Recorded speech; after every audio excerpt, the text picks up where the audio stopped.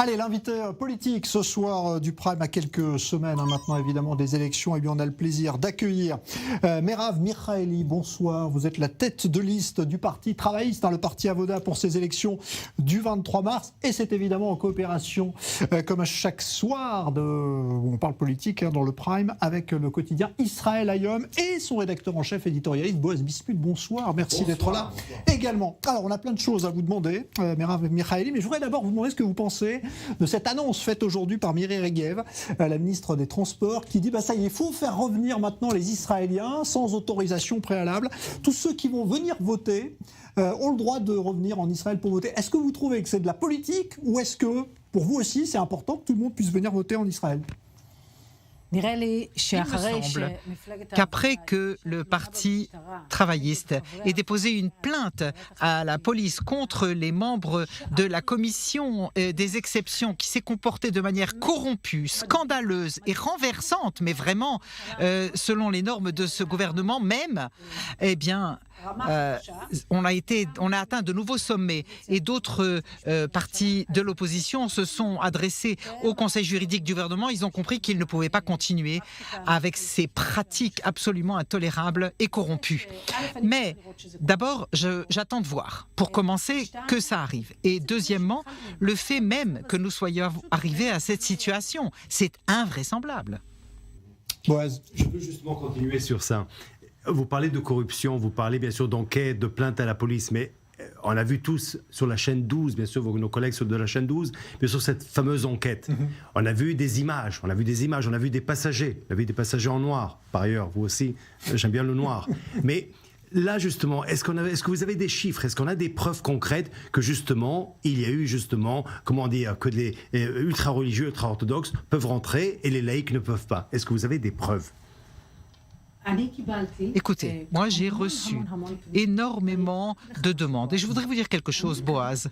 Moi je reçois des demandes de gens qui n'arrivent pas à rentrer en Israël depuis le début de la crise du coronavirus, des familles qui ne se sont pas revues depuis 4, 5, 6 mois, et leur seul péché, c'est qu'ils ne se sont pas mariés au rabbinat selon ce que veut le rabbinat central. Nous avons reçu des demandes humanitaires, vraiment des cas humanitaires, des gens malades qui n'ont pas pu venir se faire soigner, des gens qui n'ont pas pu être accompagnés de leurs membres de famille.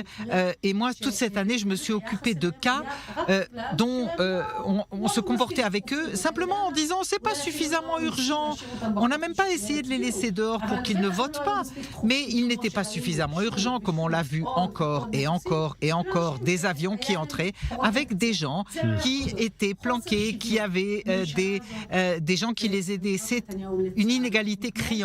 Malheureusement, ce gouvernement se comporte constamment de manière inégale. Aussi, au niveau de l'application de la loi en Israël, vous le voyez constamment, le nombre d'amendes qui ont été distribuées dans les villes ultra-orthodoxes par rapport aux amendes distribuées dans des villes comme Tel Aviv ou dans les villes arabes.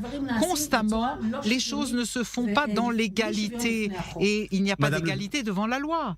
Madame le député, demain, je pense qu'on est le 1er mars, c'est ça? Je pense que nous avons des élections le mois de mars, et historique pour vous, vous êtes à la première fois à la tête du parti travailliste, quand même un grand moment. Aujourd'hui, la Haute Cour suprême a autorisé Merav de 7e sur votre liste, et j'aime bien le fait qu'on ne boycotte pas, donc très bien, qu'elle se présente. Est-ce que finalement, pour vous, ce n'est pas un casse-tête après toute la campagne de presse, à juste titre, contre elle? Est-ce que ce n'est pas un casse-tête pour vous? Un casse-tête, c'est un trop petit terme pour décrire les dommages que causent les incitations et les appels à la violence effrénés. On peut ne pas être d'accord, et on peut dire que ce qu'elle a dit, pour moi aussi, ça a été difficile et dur à lire. Mais elle est revenue sur ses propos. Non, vous lui avez dit? Mais bien sûr que je le lui ai dit. Évidemment, je lui pose des questions, mais je lui parle. On peut débattre et discuter. Et là, ce n'était pas une question de discussion. Elle est revenue sur des choses qu'elle a dites il y a 10 ou 10 ans.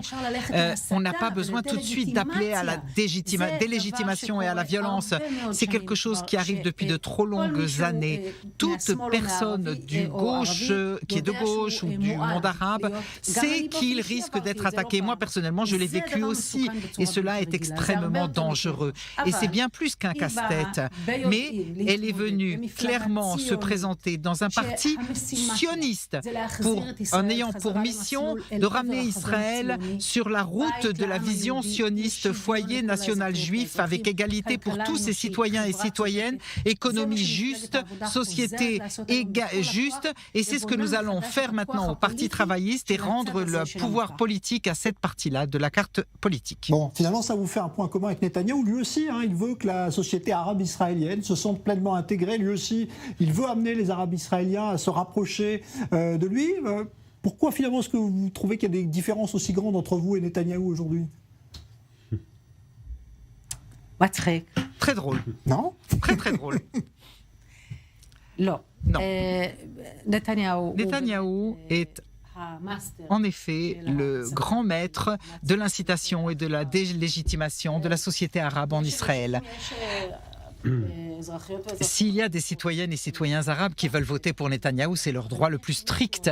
Mais si il y a, et je pense que la grande majorité d'entre eux voient très clairement que aujourd'hui c'est par intérêt politique qu'il s'adresse à eux, mais nous connaissons ces jeux-là. Ceux qui ne veulent pas de lui, le vote stratégique, c'est de voter pour le Parti travailliste qui ne siégera en aucun cas avec Netanyahou, mais qui sera pragmatique dans toute autre coalition pour remplacer Netanyahou et vraiment s'occuper enfin des citoyennes et des citoyens et des choses qui les préoccupent vraiment aujourd'hui.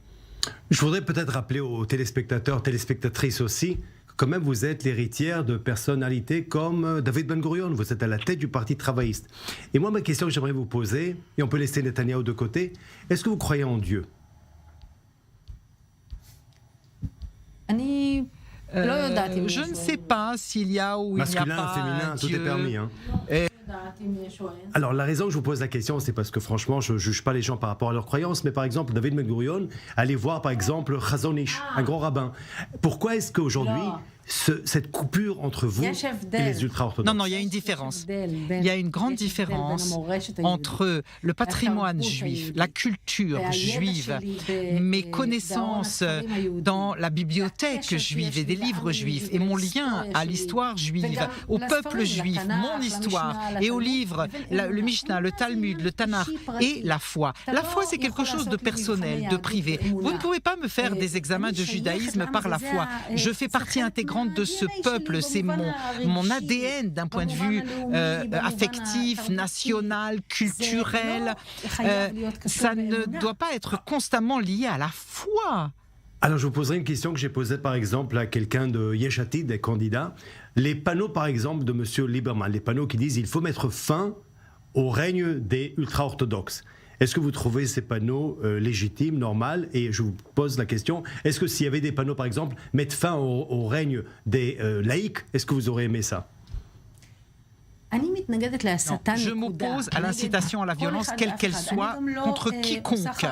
Et je ne fais pas de boycott de quelque partie d'Israël que ce soit. Au contraire, une des choses que je fais aujourd'hui comme chef du Parti travailliste, J'appelle toute la société israélienne, d'abord nous considérer comme leur foyer. Je considère les gens d'abord comme des êtres humains et des citoyens, avant de voir ce qu'ils portent comme vêtements, vers qui ils prient, s'ils sont un homme, une femme, et quelles sont leurs origines.